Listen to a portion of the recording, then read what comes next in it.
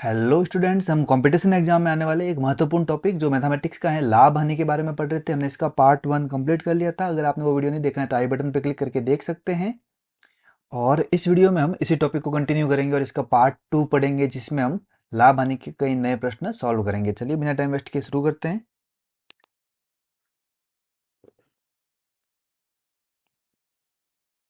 पहला प्रश्न, हमारा पहला प्रश्न है कि मोहन ने 2000 रुपए में 25 किताबें खरीदी और 5 किताबों के विक्रय मूल्य के बराबर लाभ कमाते हुए बेच दिया।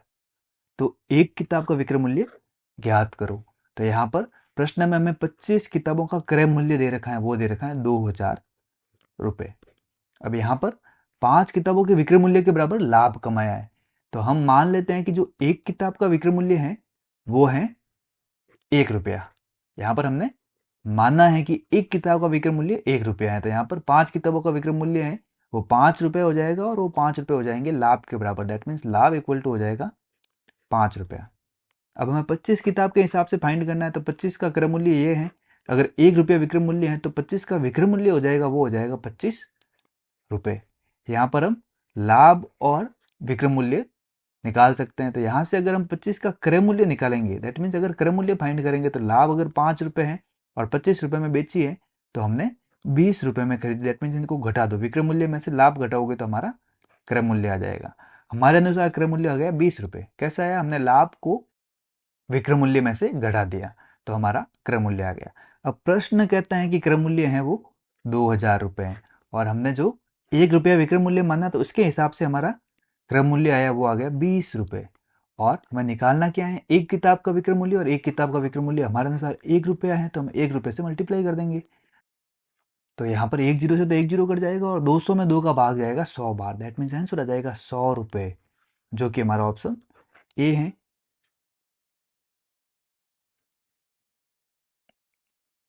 तो यहाँ पर हमें ध्यान रखना है कि अगर 5 किताबों के विक्रय मूल्य या 5 किताबों के क्रय मूल्य के बराबर लाभ या हानि दे रखी हो तो हमें उस प्रश्न में विक्रय मूल्य और क्रय मूल्य को 1 रुपया मानना है, जिससे कि प्रश्न इजीली हो जाए। फिर 1 रुपया मान के हम अपनी कैलकुलेशन कर देंगे।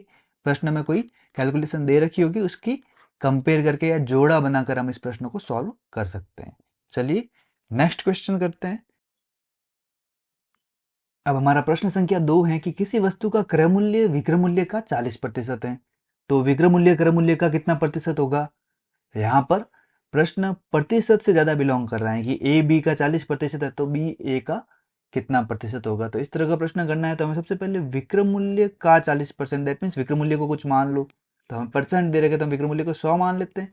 तो क्रय मूल्य हो जाएगा वो हो जाएगा 40 रुपये। 100 का 40% 40 रुपये हो गया। अब कह रहा है कि विक्रय मूल्य क्रय मूल्य का कितना परसेंट होता है। तो कॉमन सा क्वेश्चन है, जब का लगा हुआ होता है किसी संख्या के पीछे तो वो तो नीचे आती है।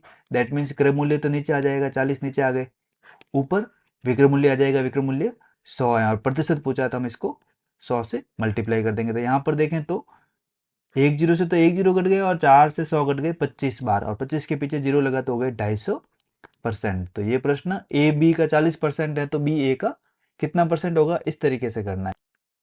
अब यहाँ पर अगर प्रश्न इस तरह से पूछें कि किसी वस्तु का क्रय मूल्य विक्रय मूल्य से 40% अधिक है तो विक्रय मूल्य क्रय मूल्य से कितने प्रतिशत कम है, तो ये प्रश्न थोड़ा सा अलग हो जाता है। इस केस में क्रय मूल्य और विक्रय मूल्य हो जाते हैं विक्रय मूल्य से है, दैट मीन्स विक्रय मूल्य को आपको 100 मानना है और क्रय मूल्य हो जाता 140 हो जाता। और यहाँ पर पूछता कितने प्रतिशत कम है, तो यहाँ पर हम देखते 40 कम है तो 40 ऊपर आ जाते, और कमी का पूछता तो अधिक वाली संख्या नीचे आती। तो अधिक वाली संख्या 140 है तो 140 नीचे आ जाता, इंटू 100 हो जाता, क्योंकि प्रतिशत निकालने के लिए हमेशा ही 100 से मल्टीप्लाई करना। तो इस केस में ये आंसर हो जाता। तो यहाँ पर दो टाइप से इस तरह के क्वेश्चन पूछने का, जिसमें अधिक और कम देता है वहां पर प्रश्न कुछ इस फॉर्मेट में हो जाएगा, और डायरेक्ट देगा तो हमने ये कर रखा है। अब हम तीसरा क्वेश्चन करते हैं।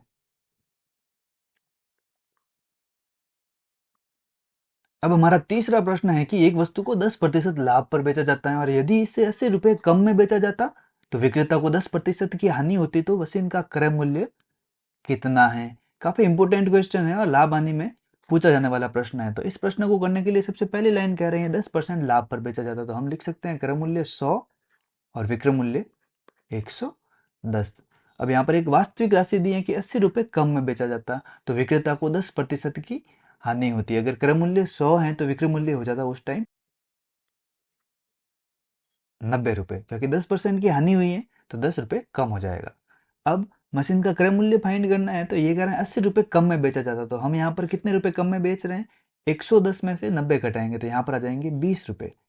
अब प्रश्न कह रहा है कि 80 रुपये कम में बेचा जाता है और हम इसको 20 रुपये कम में बेच रहे हैं। विक्रय मूल्य में डिफरेंस निकालना है कि पहले 10% लाभ पर विक्रय मूल्य और फिर 10% हानि पर विक्रय मूल्य, दोनों में डिफरेंस निकाल दिया, 20 रुपये आ गया। और प्रश्न कह रहा है 80 रुपये इंटू हमें निकालना है क्रय मूल्य, और क्रय मूल्य हमने माना है 100, तो इंटू 100 करते ही हमारा आंसर आ जाएगा। 20 से 100 कट गए 5 बार, और 80 को जब 5 से मल्टीप्लाई किया तो हमारा आंसर आ गए 400 रुपये, जो कि हमारा ऑप्शन बी है। अब हमारा नेक्स्ट क्वेश्चन है क्वेश्चन नंबर 4। एक कुकर 16% लाभ पर बेचा जाता है, यदि इसे 20 रुपये अधिक में बेचा जाता तो 20% का लाभ होता। कुकर का क्रय मूल्य कितना है? सेम पिछले क्वेश्चन की तरह ही है, 16% का लाभ है तो हो जाएगा क्रय मूल्य 100 रुपये और विक्रय मूल्य हो जाएगा 116 रुपये।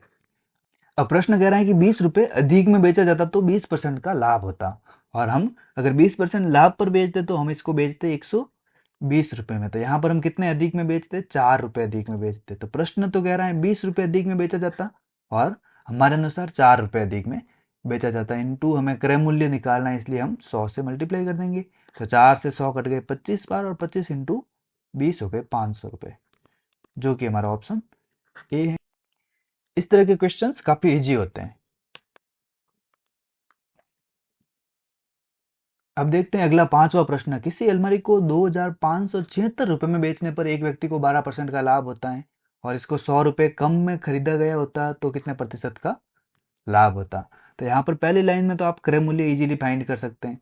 देखें तो यहाँ से पहले तो परसेंट देख लेते हैं, 12%, तो 12% तो अगर क्रय मूल्य विक्रय मूल्य मानूंगा तो 100 रुपये क्रय मूल्य और 12% लाभ से हो जाएगा 112 रुपये विक्रय मूल्य, और 100 रुपये कम में खरीदा गया होता तो कितना प्रतिशत लाभ होता है? यहाँ पर प्रतिशत लाभ निकालना, सबसे पहले मैं क्रय मूल्य निकालता हूँ। तो यहाँ पर क्रय मूल्य निकालने के लिए मुझे विक्रय मूल्य और विक्रय मूल्य का जोड़ा बनाना पड़ेगा। तो यहाँ पर प्रश्न में जो विक्रय मूल्य दे रखा है 2576 अपॉन मेरे हिसाब से है, अपने हिसाब से है 112 रुपये, इंटू क्रय मूल्य फाइंड करना है तो मैं क्रय मूल्य 100 से मल्टीप्लाई कर दूंगा, क्योंकि यहाँ पर भी क्रय मूल्य की बात कर रहा है कि 100 रुपये कम में खरीदता, तो यहाँ पहले क्रय मूल्य अपना फाइंड करते हैं।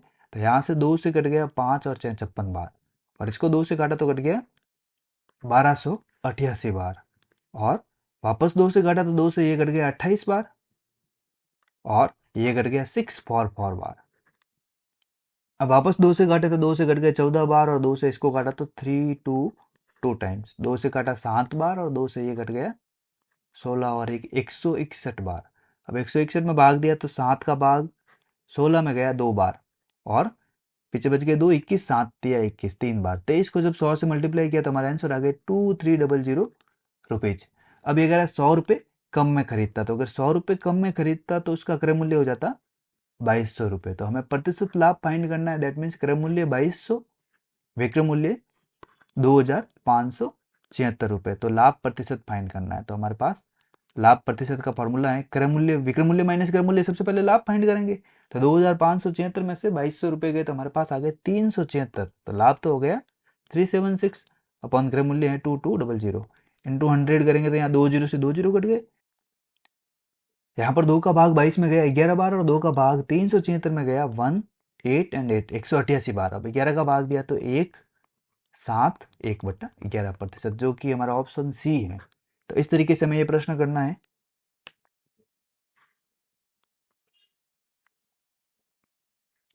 अब हमारा छठा प्रश्न है कि कपड़े के एक व्यापारी ने अपने कपड़े का आधा भाग 20% लाभ पर और शेष कपड़े का आधा भाग 20% हानि पर बेच दिया, और शेष को क्रय मूल्य पर ही बेच दिया, तो उसको कितने प्रतिशत लाभ या हानि हुई? तो यहाँ पर आप ध्यान से देखो तो आपको सारे परसेंट ही परसेंट दे रखे हैं, तो यहाँ पर आपको क्रय मूल्य मानना पड़ेगा। आप 100 भी मान सकते हो, लेकिन मैं यहाँ पर क्रय मूल्य लेता हूँ 200, जिससे कि कैलकुलेशन थोड़ी सी आसान हो जाए। आपको आधा आधा करने को बोले तो आप 200 या 400 लिया करो, जिससे कि आधा करने में आसानी हो।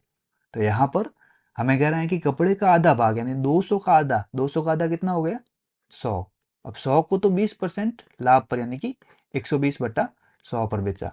फिर कह रहा है कि शेष कपड़े का, आप 100 तो बेच लिया, पीछे शेष बचा अगेन 100, इस 100 का आधा, 100 का आधा हो गया 50। अब 50 को किस में बेचा इसने, 50 को 20% हानि पर, यानी 50 इंटू 80/100 पर बेच दिया। और इसका आधा करने के बाद शेष बचे 50, और उस 50 को क्रय मूल्य पर, दैट मीन्स 50 रुपए में ही बेच दिया। तो यहाँ पर हम विक्रय मूल्य निकालेंगे तो विक्रय मूल्य आ जाएगा, यहाँ तो कट गए 100 से 100 120 रुपए, प्लस यहाँ पर दोनों जीरो से दो जीरो कट गए 40 रुपए प्लस 50 रुपए। तो इनको जोड़ा तो 50 और 40 90 प्लस 120 हो गए 210 रुपए।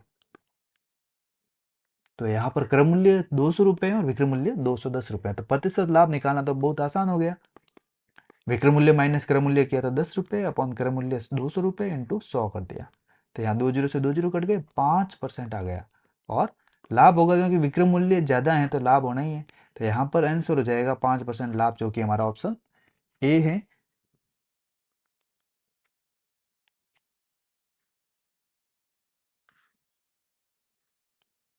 अब हमारा 7वां प्रश्न है कि एक कपड़े व्यापारी ने अपने 3/4 माल को 20% लाभ पर और शेष को क्रय मूल्य पर बेचा, तो कितना प्रतिशत लाभ होगा।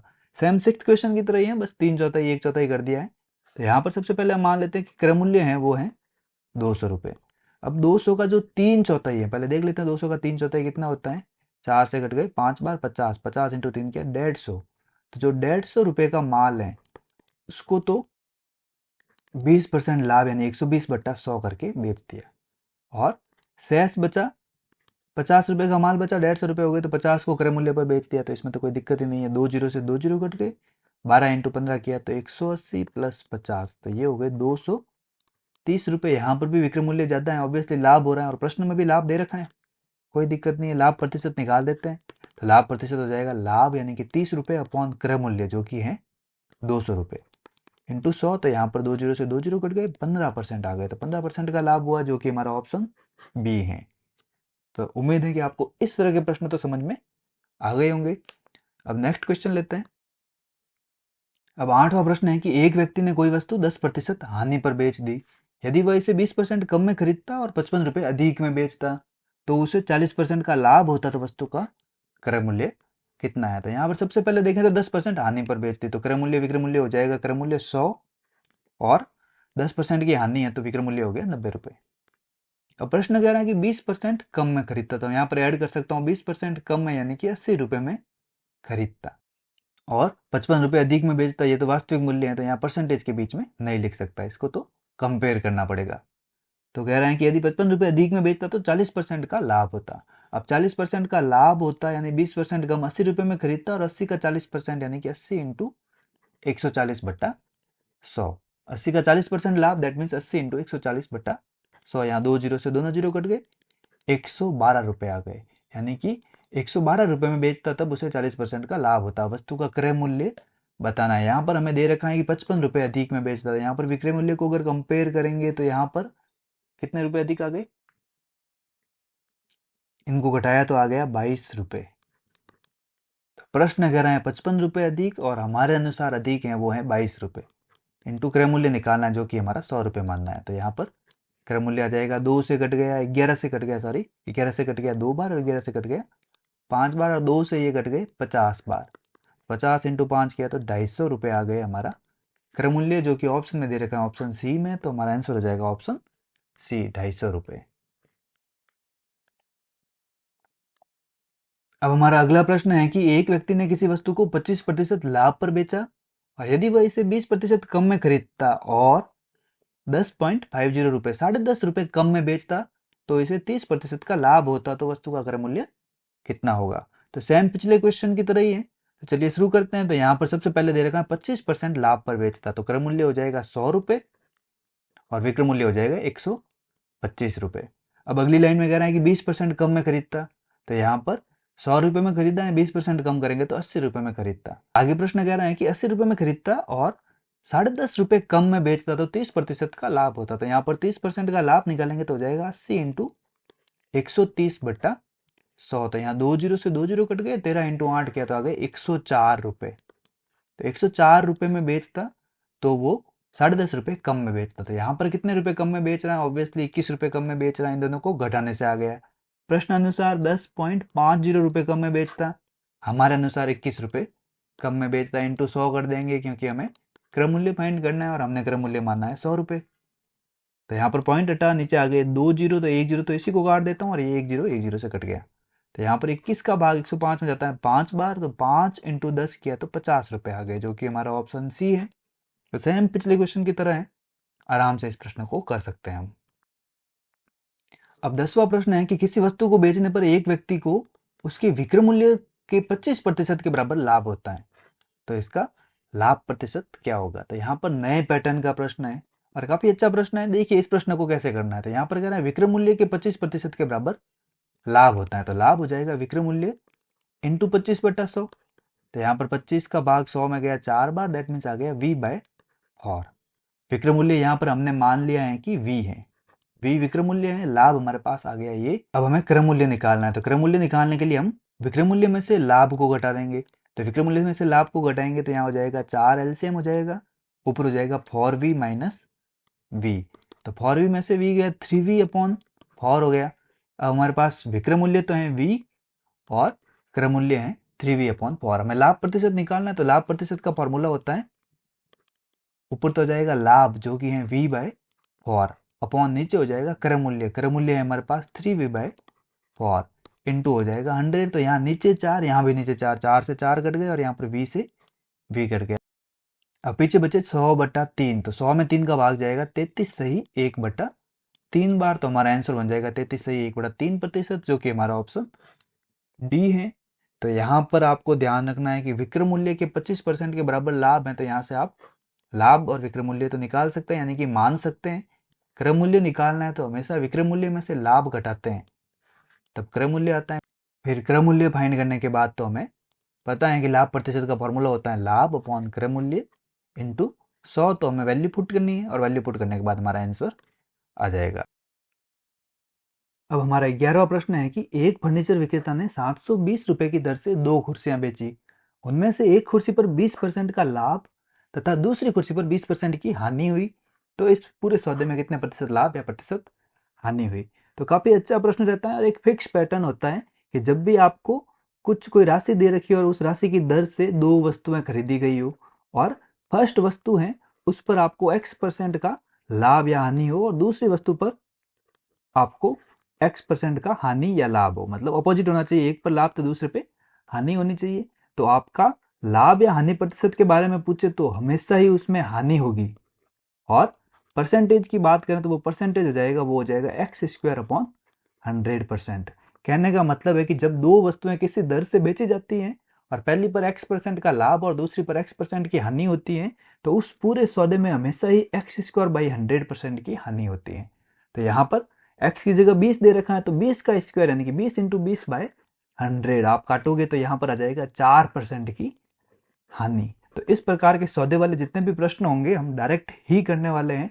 तो आपको ये पहले तो फॉर्मूला समझ में आना चाहिए, फिर ये मेथड भी समझ में आना चाहिए किस प्रकार से वैल्यू पुट करनी है। आपके जो दर दे रखी होगी जिससे बेची गई है वस्तु, वो आपको काम में नहीं लेनी है, केवल जो परसेंटेज है वो भी इक्वल होंगे और उन्हीं के द्वारा आपको हानि निकाले। यहाँ पर एक और चीज मैं आपको बता दूं, जब भी यहाँ बेची की जगह खरीदा शब्द इस्तेमाल कर दे कि कोई वस्तु किसी दर से खरीदी गई है और उसमें से एक पर X% का लाभ और दूसरे पर X% की हानि हुई है, तो यहां इस प्रश्न का आंसर होगा न लाभ न हानि। तो यहाँ पर ये खरीदने वाला प्रश्न भी इंपॉर्टेंट होने वाला है।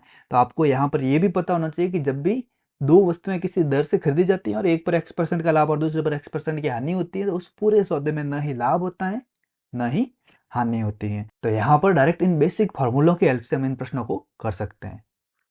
अब हमारा अगला 12वां प्रश्न है कि एक व्यक्ति 2 वस्तुओं को 99 रुपए प्रति वस्तु की दर से बेचता है और उसे एक वस्तु पर 10% का लाभ और दूसरे पर 10% की हानि होती है, तो उसमें दोनों वस्तुओं पर क्या हुआ है, सौदे का परिणाम क्या रहा। तो 2 रुपए का लाभ 2 रुपए की हानि, यहाँ पर ध्यान से देखें तो रुपए में दे रखा है न कि परसेंटेज में। तो सबसे पहले हम परसेंटेज निकाल देते हैं कि हानि प्रतिशत कितना होगा कि 10 × 10/100। तो यहाँ से हमारा आ गया 1% की हानि हुई। अब 1% की हानि तो निकालनी नहीं है, हमें तो रुपए में निकालना है, यानी कि इसी प्रतिशत को हमें रुपए में बदलना है। तो इस प्रतिशत को रुपए में बदलना है तो हम प्रतिशत पे कुछ कैलकुलेट कर सकते हैं, क्रय मूल्य और विक्रय मूल्य। अगर 1% की हानि हो रही है, क्रय मूल्य 100 है तो विक्रय मूल्य हो जाएगा 99, तभी तो उसे 1 रुपए की हानि या 1% की हानि होगी। अब यहाँ पर प्रश्न में भी विक्रय मूल्य दे रखा है और हमारे पास भी विक्रय मूल्य है, तो हम विक्रम मूल्य का जोड़ा बना देंगे। तो प्रश्न के अनुसार विक्रम मूल्य कितना है कि 99 रुपये प्रति वस्तु की दर से दो वस्तुएं, यानी कि 99 प्लस 99 इक्वल टू 198 रुपये। तो यहाँ पर हमें ये भी ध्यान रखना, प्रति वस्तु की दर से दो वस्तुएं खरीदता है तो हमें दो बार जोड़ना पड़ेगा।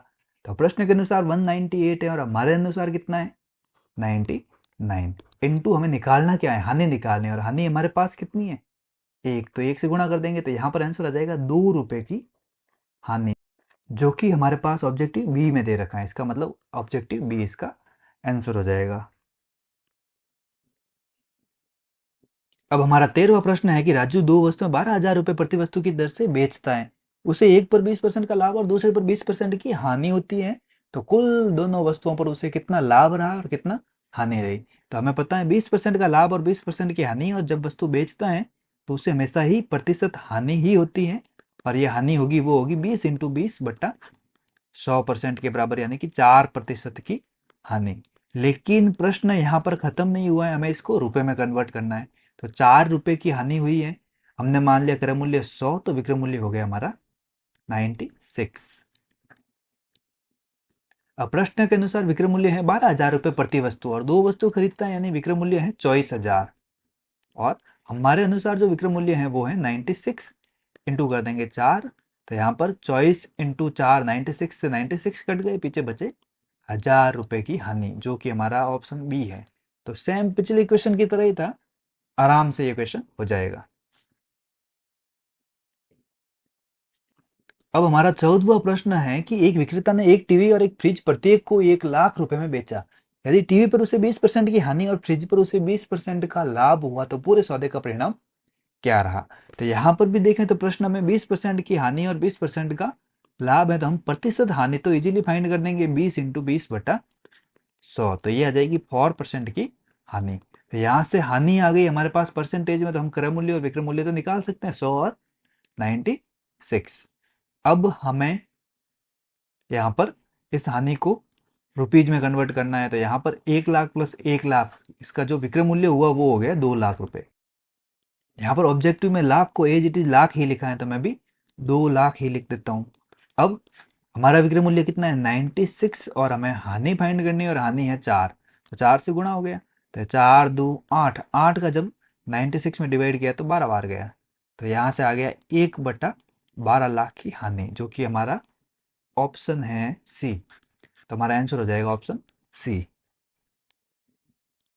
अब हमारा अगला प्रश्न है क्वेश्चन नंबर 15। एक व्यापारी किसी वस्तु को लागत से 30% वृद्धि करके बेचता है और इसके बाद वह इसके मूल्य को 30% कम भी कर देता है, तो उक्त व्यवसाय में व्यापारी को क्या प्राप्त होता है। तो यहाँ पर प्रश्न को देखें तो प्रश्न में कह रहा है कि पहले 30% की वृद्धि कर दो, फिर 30% की कमी कर दो, तो क्या प्राप्त होता है, कितनी प्रतिशत हानि हो रही है। तो इस प्रश्न के अनुसार हम मान लेते हैं कि सबसे पहले वस्तु को 100 रुपये में खरीदा गया है, उसके बाद उसमें 30% की वृद्धि, यानी कि 130/100 से गुणा कर दूंगा मैं, और उसके बाद कह रहे हैं कि उसके मूल्य में 30% की कमी कर दी गई, यानी कि 70/100 से मल्टीप्लाई कर दूं, तो अब इसका विक्रय मूल्य आ जाएगा, 2 जीरो से 2 जीरो कट गए, यहाँ पर भी 2 जीरो से 2 जीरो कट गए, 13 इंटू 7 हो गया 91। तो वस्तु को 100 रुपये में खरीदा और 91 में बेचा, तो इसका मतलब हम कह सकते हैं कि इसमें 9% की हानि हुई। तो यहाँ पर आंसर हो जाएगा ऑप्शन सी, 9% की हानि।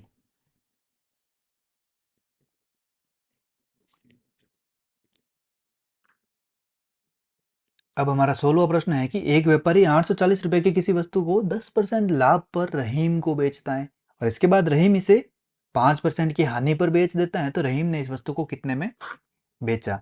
तो यहाँ पर रहीम का विक्रय मूल्य फाइंड करना है, और हमें व्यापारी का क्रय मूल्य दिया हुआ है। तो व्यापारी ने 840 रुपए में खरीदा और 10% लाभ पर बेच दिया, तो 10% लाभ होने के कारण हम लिख देंगे 110/100, ये हो गया व्यापारी का विक्रय मूल्य और रहीम का क्रय मूल्य। अब रहीम ने इसे 5% की हानि पर बेच दिया, तो यहाँ हो जाएगा 95/100, और ये बन जाएगा रहीम का विक्रय मूल्य, जो हमें फाइंड करना है। यहाँ जीरो से दोनों जीरो कट गए, अब मैं करता हूँ 2 से काट देता हूँ, ऐसा करते हैं 5 से काट देते हैं, 5 से ये कट गया 19 बार और 5 से ये कट गया 20 बार। अब 2 से काटे तो 2 से ये कट गया 10 बार, और 2 से इसको काटा तो 42 टाइम कट गया। अब 19 को 42 से मल्टीप्लाई करेंगे तो हो जाएगा 19 2 38 का 8 हासिल के 3, और 19 चौक 76 और 3 हो गए 79 इंटू 11/10। अब 11 से मल्टीप्लाई करेंगे तो आएगा 8 7 7 एंड 8, और 10 का भाग है इसलिए एक संख्या बाद दशमलव आ जाएगा, हमारा ऑप्शन हो जाएगा ऑप्शन ए। अब इस वीडियो का 17वां प्रश्न है कि ए ने एक वस्तु बी को 20% लाभ पर बेची और बी ने इसे सी को 40% लाभ पर बेचा, तो सी ने इसका मूल्य अगर 10,500 रुपये दिया है तो ए ने इसका कितना मूल्य दिया। तो यहां से मैं मान लेता हूं कि हमारे पास तीन लोग हैं, ए बी एंड सी। अब ए ने बी को 20% लाभ पर बेचा, यानी कि अगर ए ने 100 में खरीदा है तो बी को बेच दिया 120 रुपये में, और बी ने इसको सी को बेचा है वो 40% लाभ पर बेचा है। तो 120 का जो 40% लाभ है इसको मैं लिख दूंगा 140/100। तो यहाँ हो जाएगा 12 × 14। तो 12 × 14 करेंगे तो हमारा आंसर आ जाएंगे 168, 168। अब यहाँ पर देखें तो सी का विक्रय मूल्य दे रखा है 10,500, और हमारे अनुसार जो विक्रय मूल्य आ रहा है वो आ रहा है 168 इंटू, मुझे निकालना है ए का मूल्य, तो 100 से मल्टीप्लाई कर दूंगा। तो यहाँ पे 21 से ही काट देते हैं, 21 का भाग 105 में गया 5 बार और 21 का भाग 168 में गया 8 बार, 5,000/8 आ गए। अब 8 का भाग देंगे तो होगा 8 6 48, 2 5 एंड 0 रुपए। यहाँ पर इस प्रश्न को करने का एक और तरीका है, यहाँ पर ध्यान से देखें तो सी का मूल्य दे रखा है और ए का मूल्य पूछा है, रिवर्स मेथड है, मतलब सी तीसरे वाले का दे रखा है और पहले वाले का पूछा है। तो आपको यहाँ पर ध्यान रखना, जब भी सी वाले का मूल्य दे रखा है तो सी वाले का मूल्य लिख दो, और जब ए का मूल्य फाइंड करना है तो आपको 100 बट्टा जितनी भी वृद्धि और जितनी भी कमी है वो लिखना है। 20% लाभ है तो 120 इंटू, और 100/40% लाभ है तो 140। तो यहाँ पर भी आप कटिंग करोगे, 2 जीरो से 2 जीरो कट गए, 14 × 12 हो गए 168, और सेम वो की वो प्रोसेस हो जाएगी। तो यहाँ डायरेक्ट भी कर सकते हो कि जिसका मूल्य दे रखा है, अगर वो सी का यानी तीसरे का मूल्य दे रखा है तो आपको पहले का मूल्य फाइंड करना है, तो वो मूल्य लिख के 100/लाभ है तो 100 प्लस करके, और हानि है तो 100 माइनस करके नीचे लिख दो, और इस प्रोसेस से भी ये क्वेश्चन हो जाएगा। लेकिन दोनों मेथड्स में कैलकुलेशन एक तरह की होती है, इसलिए मुझे पर्सनली पहले वाला मेथड ज़्यादा अच्छा लगा, इसलिए मैं नॉर्मली फर्स्ट टाइम वाला मेथड यूज करूंगा। और इसी तरह का अगला प्रश्न लेते हैं। प्रश्न संख्या 18। अमर ने एक वस्तु बंटी को 20% लाभ पर बेची तथा बंटी ने इसे चंपक को 25% लाभ पर बेचा। यदि चंपक ने इसका मूल्य 225 रुपए दिया तो अमर ने इसका कितना मूल्य दिया। यहाँ पर चंपक का मूल्य दे रखा है और अमर का मूल्य पूछा है, तीसरे वाले का मूल्य दे रखा है और पहले वाले का मूल्य पूछा है। तो यहाँ पर हम दोनों मेथड यूज कर सकते हैं। हम मेथड से ही करते हैं, फर्स्ट मेथड ए बी और सी, अमर बंटी और चंपक हैं। अमर ने 100 में खरीदा तो बंटी को 120 रुपए में बेचा 20% लाभ पर, और चंपक को इसने बंटी ने चंपक को 25% लाभ पर बेचा, यानी यहाँ पे हो जाएगा 120 का 25% लाभ यानी 125/100। अब की बार इसको सॉल्व नहीं करते हैं, डायरेक्ट वैल्यू पुट करते हैं। यहाँ पर चंपक का मूल्य है वो दे रखा है 225, प्रश्न के अनुसार 225, और हमारे अनुसार है वो है 120 इंटू 125/100 है, इसको ऊपर ले जाते हैं, इंटू जिसका मूल्य फाइंड करना है, अमर का मूल्य फाइंड करना है, तो यहाँ हम 100 से मल्टीप्लाई कर देंगे। इस मेथड का ये फायदा है कि हम बी का मूल्य भी डायरेक्ट फाइंड कर सकते हैं, तो इसलिए ये मेथड ही बेस्ट रहता है। और उससे करते तो वो भी तो यही था, 225 इंटू 100/120 इंटू 100/125। तो यहाँ से हम काटेंगे तो 25 का भाग जा रहा है 225 में 9 बार, और 25 का भाग 125 में जाएगा 5 बार। 1 जीरो से ये 1 जीरो कट गया, और 5 का भाग 10 में गया 2 बार। अब यहाँ पर 3 से काटो तो 3 से ये कटा 3 बार, और 3 से 12 कट गए 4 बार, 2 से 4 कट गए 2 बार, और 2 से अगर मैं 100 को काटूं तो 50 बार। अब यहाँ पर 3 और 50 का मल्टीप्लाई करेंगे तो आंसर आ जाएंगे 150 रुपये, जो कि हमारा ऑप्शन बी है। इस तरीके से हमें इस प्रश्न को करना है। अब 17वें व 18वें की तरफ प्रश्न संख्या 19 है कि ए ने एक वस्तु बी को 10% लाभ पर बेची और बी ने इसे सी को 20% लाभ पर बेचा, और सी ने डी को 15% लाभ पर 56,100 रुपये में बेचा, तो ए का मूल्य कितना है, ए का लागत मूल्य कितना है। तो यहाँ पर आप ध्यान से देखो तो डी का तो मूल्य दे रखा है और ए का मूल्य पूछा है, तो सेम उसी पैटर्न से है। तो बाय शॉर्ट करें तो यहाँ पे हो जाएगा 56,100 इंटू 100/10% लाभ, दैट मीन्स 110 इंटू 100/20% लाभ यानी कि 120 इंटू 100/15% हानि, डेट मीन्स हो जाएगा 85। तो यहाँ पर आप डायरेक्ट भी कर सकते हो और उस मेथड से भी कर सकते हो। तो यहाँ पर देखें तो 2 जीरो से तो 2 जीरो कट गए, यहाँ पर 11 का भाग इसमें गया 5 और 1 51 बार, और यहाँ पर आपको 17 की टेबल याद है, 17 का भाग 85 में जाता है 5 बार और 51 में जाता है 3 बार। तो यहाँ से डायरेक्ट कैलकुलेशन हो जाएगी और 3 से ये कट जाएगा 4 बार। 5 और 4 20 हो गए और 20 से 100 कटे 5 बार। 5 इंटू 100 हो गए 50,000 रुपये। तो 50,000 रुपये हमारा ऑप्शन डी है।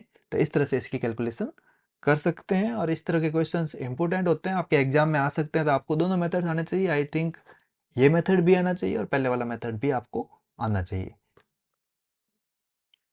अब हमारे इस वीडियो का अंतिम प्रश्न है प्रश्न संख्या 20। एक विक्रेता ने एक टीवी और एक फ्रिज प्रत्येक को 1 लाख रुपए में खरीदा और यदि टीवी पर 20% की हानि और फ्रिज पर 20% का लाभ हुआ तो पूरे सौदे का परिणाम क्या रहा। इस प्रश्न को पढ़ के ऐसा लग रहा है कि ये प्रश्न पहले कर चुके हो। तो वहां पर आपको याद होगा 4% का हानि हुई थी, लेकिन यह प्रश्न उससे अलग है। यहाँ पर बेचा नहीं है, खरीदा है। तो जब भी प्रश्न में खरीदा वर्ड आए और सेम लाभ और सेम हानि हो तो उस प्रश्न को छेड़ना ही नहीं है, डायरेक्ट आंसर हो जाएगा न लाभ न हानि। तो डायरेक्ट आंसर क्वेश्चन है 20% का लाभ और 20% की हानि होने से उसका मूल्य वही रहेगा, उसमें न ही लाभ होगा न ही हानि होगी। तो आप डायरेक्ट इसका आंसर लिख सकते हो ऑप्शन डी। इस तरह से हमने जो लिमिट बना रखी है प्रत्येक वीडियो में 20 प्रश्न की, वो हमारी लिमिट समाप्त होती है और इस तरह के प्रश्न हम आगे वाले वीडियो में भी पढ़ते रहेंगे। अगर आपको वीडियो पसंद आए तो वीडियो को लाइक शेयर एंड सब्सक्राइब करें। धन्यवाद।